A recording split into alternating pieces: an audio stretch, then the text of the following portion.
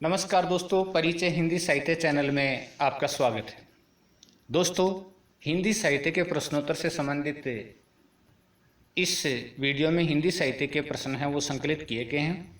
दोस्तों, वीडियो अगर आपको पसंद आते हैं तो लाइक, शेयर, सब्सक्राइब ज़रूर करें, क्योंकि दोस्तों आप पढ़ते पढ़ते भूल जाते हो कि लाइक भी करना होता है, सब्सक्राइब भी करना होता है और दोस्तों कमेंट भी करने होते हैं।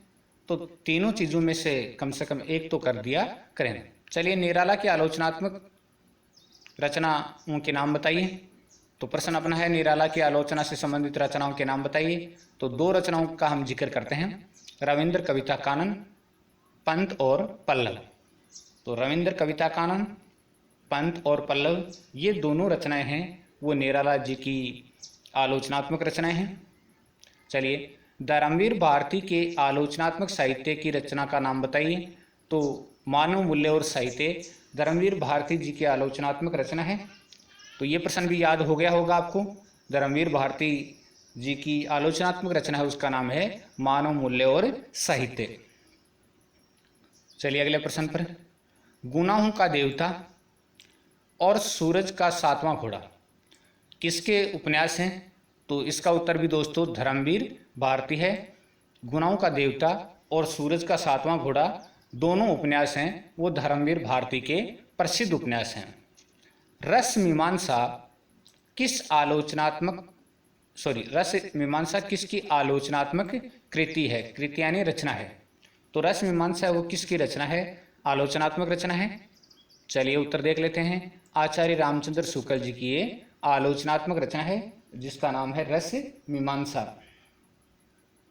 चलिए, रीति काव्य की भूमिका आलोचनात्मक रचना के रचनाकार कौन हैं? यह आलोचनात्मक रचना किसकी है? तो ये डॉक्टर नगेंद्र की रचना है, रीति काव्य की भूमिका। चलिए, दोहा छंद की परिभाषा उदाहरण सहित बताइए। तो हालांकि उदाहरण तो यहाँ पर नहीं दिए जा रहे हैं इन प्रश्नों में, उदाहरण तो अलग वीडियो में सेपरेट दे दिए जाएंगे, लेकिन परिभाषा देख लेते हैं। दोहा छंद है, विषम चरणों में 13-13 मात्राएं होती हैं। तो विषम चरण होते हैं उनमें 13-13 मात्राएं होती हैं और सम चरणों में 11-11 मात्राएं होती हैं। तो दोहा छंद की ये विशेषता है कि इसके विषम चरणों में 13-13 मात्राएं होती हैं और सम चरणों में 11-11 मात्राएं होती हैं। तो दोहे में 4 चरण होते हैं, 4 चरणों में जो विषम चरण होते हैं उनमें 13-13 मात्राएं होती हैं और सम चरणों में 11-11 मात्राएं होती हैं और शॉर्ट है वो इसका उल्टा होता है। यह अर्ध सम्मात्रिक छंद होता है। तो दोहा है वो अर्ध सम्मात्रिक छंद है। दोहा है उसको क्या कहते हैं? अर्ध सम्मात्रिक छंद कहा जाता है। चलिए, अब सोरठा छंद की परिभाषा देख लेते हैं। सोरठा छंद की परिभाषा बताइए। तो इसके विषम चरणों में 11-11 मात्राएं। तो दोहे का उल्टा हो गया ना। और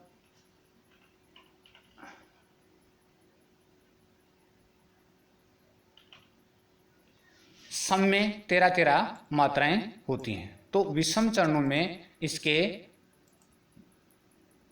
जो 11-11 मात्राएं होती हैं और सम चरणों में 13 मात्राएं होती हैं।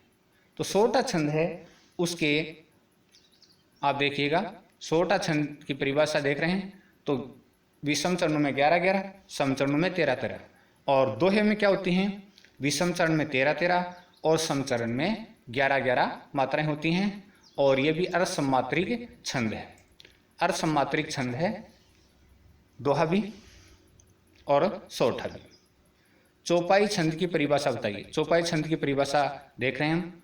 तो चौपाई छंद की परिभाषा, प्रत्येक चरण में 16 मात्राएं होती हैं और चरण के अंत में जगण तगण नहीं होते।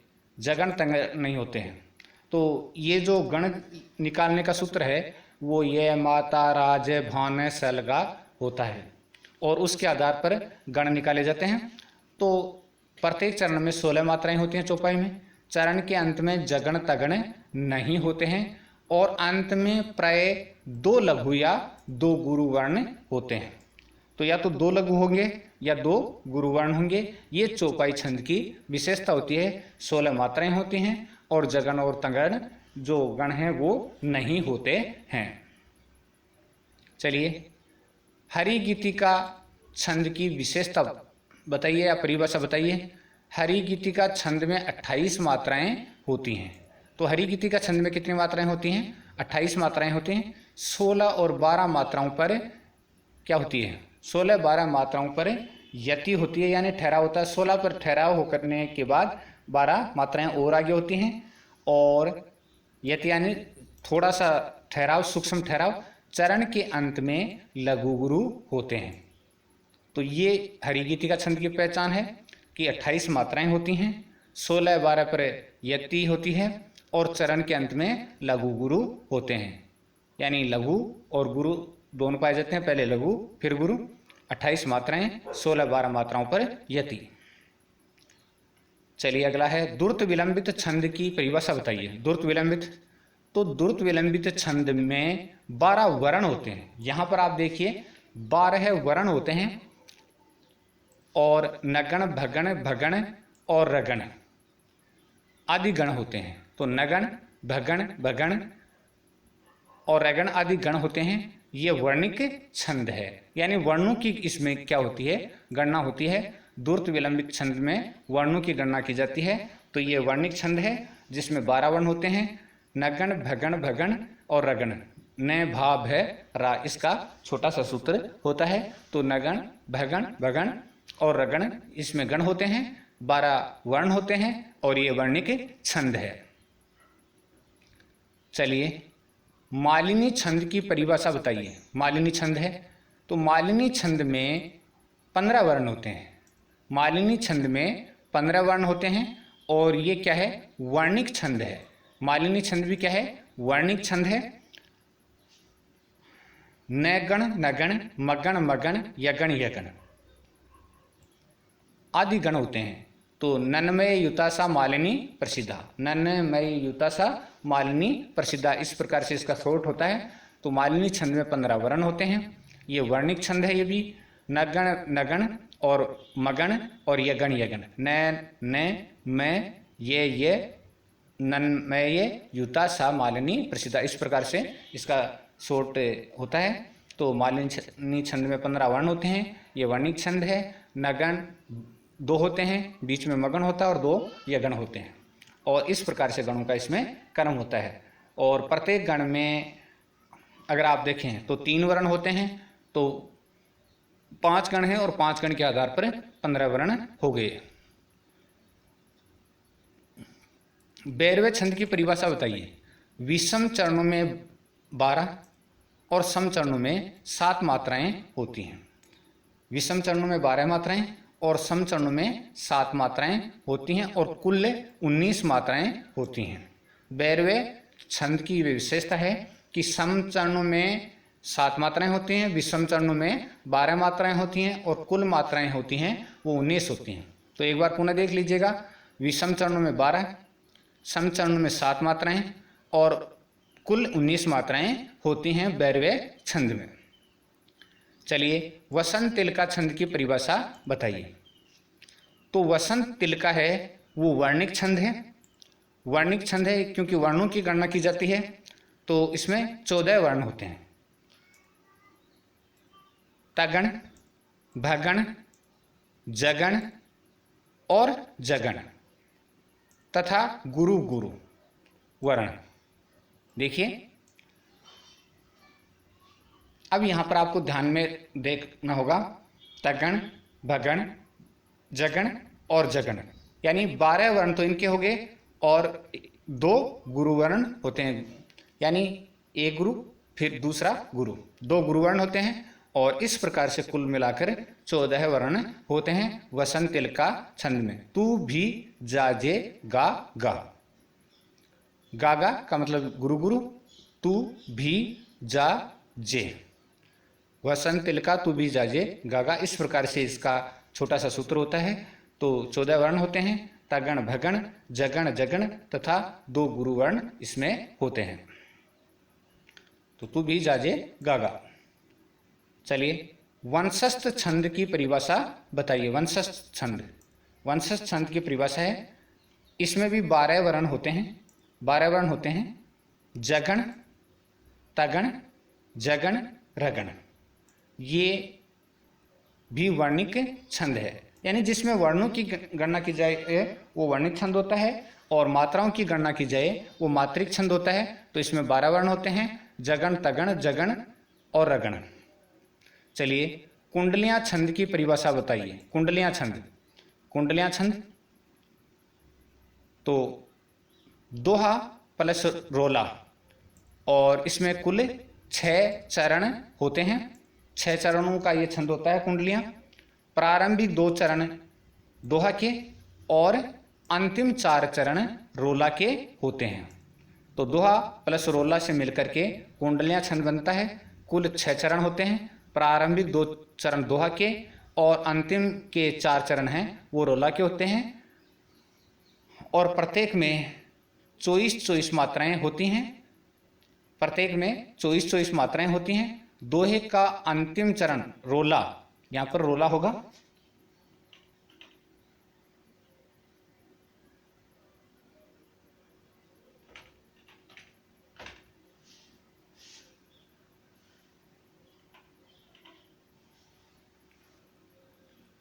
दोहे का अंतिम चरण रोला के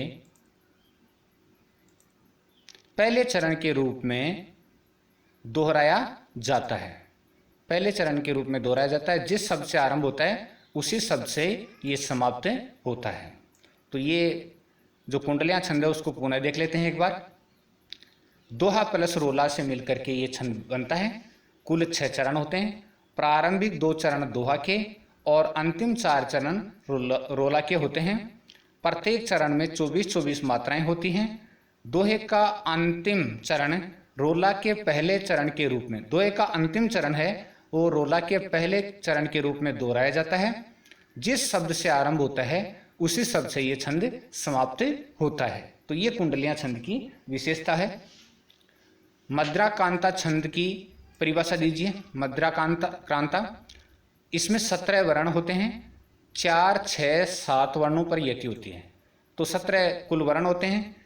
4 वर्ण पर, 6 वर्ण पर और 7 वर्ण पर ठहराव होता है, यानी यति होती है। तो मद्राकांता छंद की परिभाषा ये है कि कुल 17 वर्ण होते हैं, 4, 6 और 7 वर्ण पर यति होती है। और भगण, भगण, नगण, तगण और गुरु गुरु। तो भगण, भगण, नगण, तगण और गुरु गुरु, भाभी नाते तू गागा।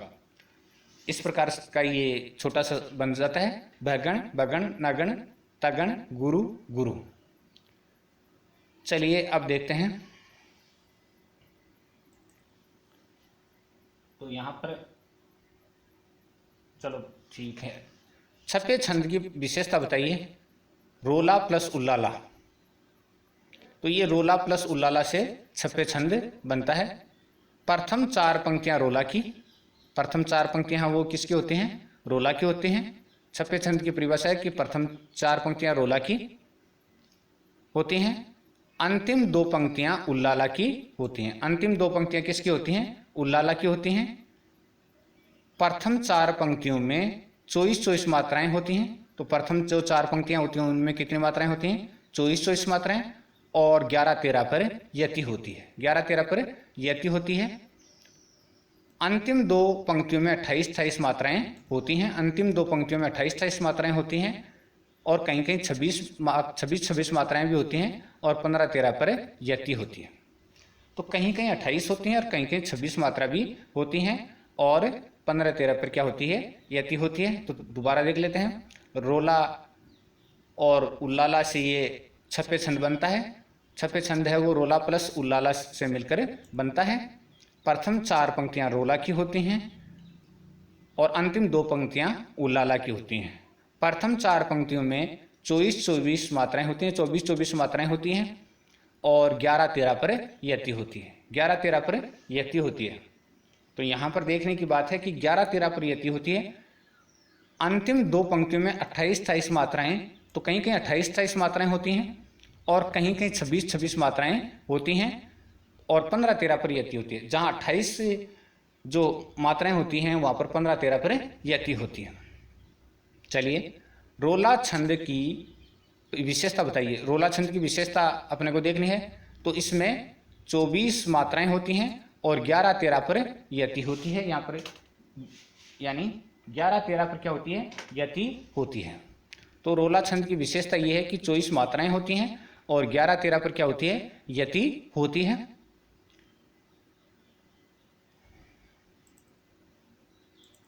उल्लाला छंद की परिभाषाएं दीजिए। उल्लाला छंद की परिभाषा देख रहे हैं तो 28 मात्राएं होती हैं, विषम चरणों में 15 मात्राएं होती हैं और सम चरणों में 13 मात्राएं होती हैं। तो उल्लाला छंद की हम अगर विशेषता देखें तो उल्लाला छंद है उसमें 28 मात्राएं होती हैं, विषम चरण में 15 मात्राएं होती हैं और सम चरणों में 13 मात्राएं होती हैं।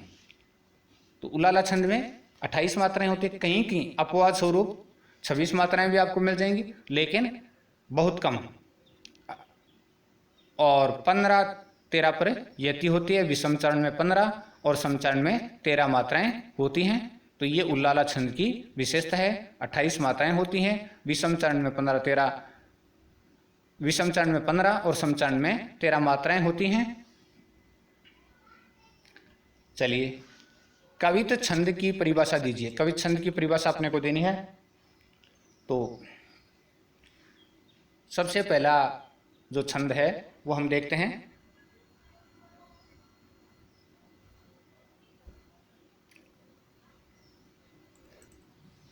कवित्त छंद की परिभाषा। तो सबसे पहले मनहरण कवित्त को हम देखते हैं।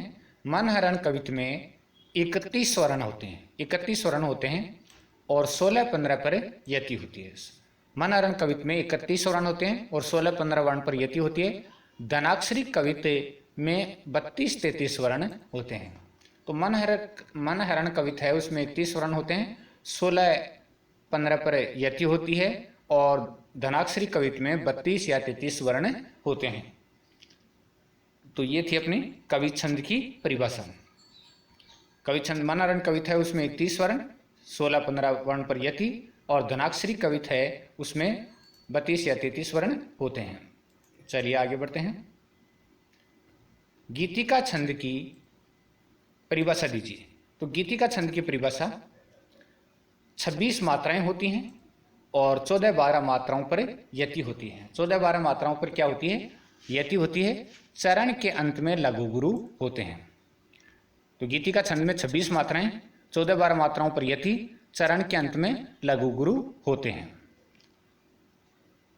चलिए तो अगले वीडियो में हम इससे आगे की जो प्रश्नों की श्रृंखला उसको देखेंगे।